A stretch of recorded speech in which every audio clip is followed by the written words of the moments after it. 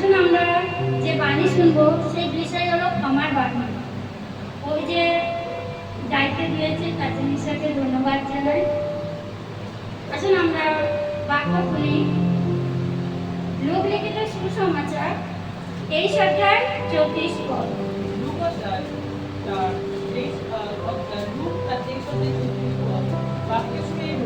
তখন যিশু কহিলেন, পিতা, ইহাদিগকে ক্ষমা করো, কেননা ইহারা কি করিতেছে তাহা জানে না। আমেন। প্রভু কি বলছে? পিতা, ইহাদিগকে ক্ষমা করো, যাহারা কি করছে তা জানে না। আমরা তার আগে স্মরণ করি প্রভু যিশু যখন ক্রুশিতে যায়, ক্রুশে যাওয়ার আগে আমরা স্মরণ করব তার সঙ্গে কি কি ঘটেছিল, তার পরিস্থিতি কি ছিল।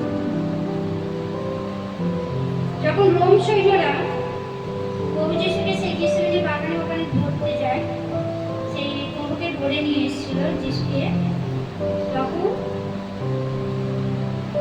তার উপর অনেক অত্যাচার করা হয়েছিল।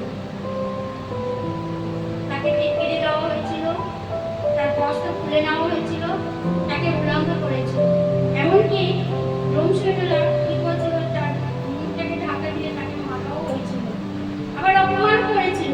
বলেছিল যে তুমি বলো তো যে কে মেরেছে তোমাকে। প্রভুকে বলছিল। প্রভু চুপচাপ সহ্য করলেন, তিনি কিছু বললেন না।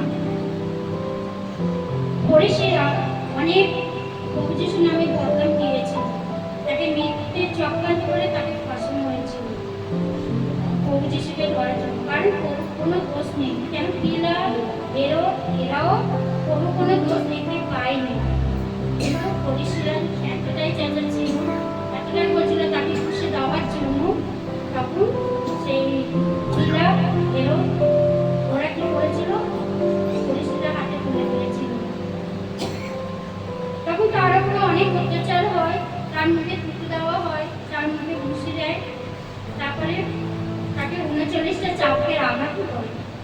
তার দেহ ক্ষত বিক্ষত হয়ে গেছে, অজস্র রক্ত ঝরিয়েছিল তার শরীর থেকে, কিন্তু তিনি কিচ্ছু করেননি। তিনি চুপ করে সহ্য করেছেন। কেন জানো? আমাদের জন্য। যখন প্রভু যিশুকে ক্রুশে দেওয়া হয়, তাকে পেরেকে বাঁধা হয়, সেই বড় বড় পেরে।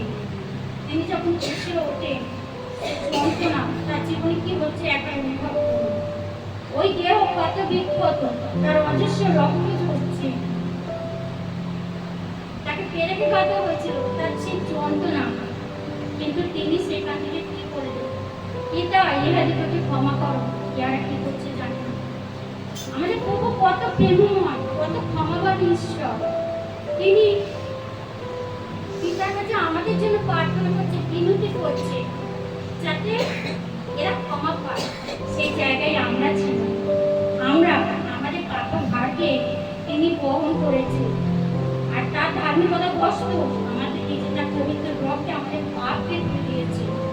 সেই জন্য তিনি আমাদের জন্য বিনতি করলেন, যাতে আমরা বিনষ্ট না হই, আমরা যেন অনন্ত নরকের জন্য না যাই। প্রভু কি পারতেন না? প্রভু কি পারতেন না ক্রুশ থেকে নামতে? তার সেই ক্ষমতা ছিল, কিন্তু তিনি তা করেনি, কারণ মানুষ জাতি উদ্ধার পায়। সেই জন্য তিনি ক্রুশে বলিদান হয়েছে, তার অসম্ভব ক্ষমতা। তিনি কি বলতে পারতেন না? যখন মুখ চাপা দিয়ে মেরেছিল, তিনি কি বলতে পারতেন না? তিনি বলতে পারতেন, কিন্তু তিনি সহ্য করেছিলেন আমাদের জন্য। ফরিসীরা অনেক বদনাম দিয়েছিল, যাদেরকে সুস্থ করেছে, যাদেরকে অন্ধদের চক্ষু দিয়েছে, যারা পঞ্চায়েত তারা চলতে শিখেছিল, সেটা তারাই বলেছে ওকে পুষে দাও। প্রভু যিশু চুপচাপ সেই বেদনা নিয়ে সহ্য করলেন। তিনি পিতার কাছে বললেন, নিঃস্বার্থ প্রেম। তিনি পিতার কাছে তিনি কিন্তু পিতাকে বললেন না যে আমাকে উদ্ধার করো বা আমাকে বাঁচাও, কিন্তু তিনি কি করে মানব জাতি, তিনি এতটাই প্রেমময় ঈশ্বর। যদি আমরা বাইবেল দেখি, বাইবেলে পুরোটাই মানে অনেকে বলেছিল বাইবেলে যে তিনি এক উপদেশক, অনেকে বলেছিল তিনি এক আহ্বানী বলেন। কিন্তু আমরা যদি বাইবেল পড়ি, বাইবেলে আমরা দেখতে পারবো যে প্রভু যিশু ক্ষমাকে বেশি প্রাধান্য দিয়েছিল। আমাদের ক্ষমা করতে শেখার, আর তিনি আমাদের দেখেছেন। আমরা একটু জঘন্য পাপী ছিলাম, আমাদের পাপের সেই ক্ষমার রক্তের প্রয়োজন। কারণ প্রভু বাক্য বলছে রক্ত শিশু ছাড়া পাপের মূল্য হয় না, পাপের মোচন হয় না। তাই প্রভুর রক্তে আমাদের পাপ মুক্ত হয়েছে। তাই এই বাক্য দ্বারা আমরা কি শিখতে পারি? প্রভু বলছে তোমরাও একে অপরকে ক্ষমা করো, যেমন আমি তোমাদের ক্ষমা করেছি। যদি আমরা দেখি মধ্যে লিখিত সুসমাচার 5:44 সেখানে প্রভু কি বলছে?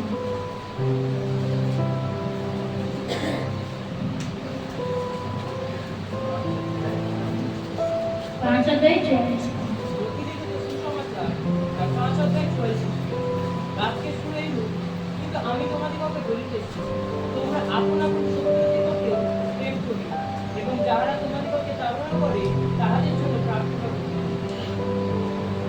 প্রভু আমাদের প্রেম করতে শেখায়, আমাদের শত্রুদের, যারা নিন্দা করছে আমাদের, যারা আমাদের তাড়না করছে, যারা আমাদের অত্যাচার করছে, আমরা যেন তাদের জন্য প্রার্থনা করি, আমরা যেন তাদেরকে ক্ষমা করতে পারি।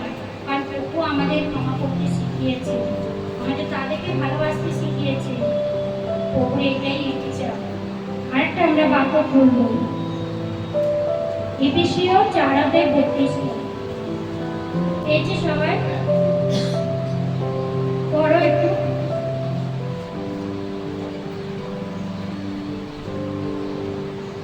এফেসীয় 4:32 বাক্যে শুনেই তোমরা পরস্পর মধুর স্বভাব ও পূর্ণচিত্ত পরস্পর ক্ষমা করো, যেমন ঈশ্বরও খ্রিস্টে তোমাদিগকে ক্ষমা করিয়াছেন। আমেন। তাহলে প্রভু আমাদের কি বলছে? তোমরা পরস্পরকে মধুর স্বভাব ও করুণাচিত্ত হও, পরস্পর ক্ষমা করো, যেমন ঈশ্বরের খ্রিস্টে তোমাদিগকে ক্ষমা করিয়েছে। কে আমাদের ক্ষমা করিয়েছে? আমাদের প্রভু আমাদের ক্ষমা করিয়েছে। তাই বলছে তোমরা পরস্পরকে ভালোবাসো, তাদেরকে তোমরা ক্ষমা করো। প্রভু আমাদের ক্ষমা করতে শেখায়।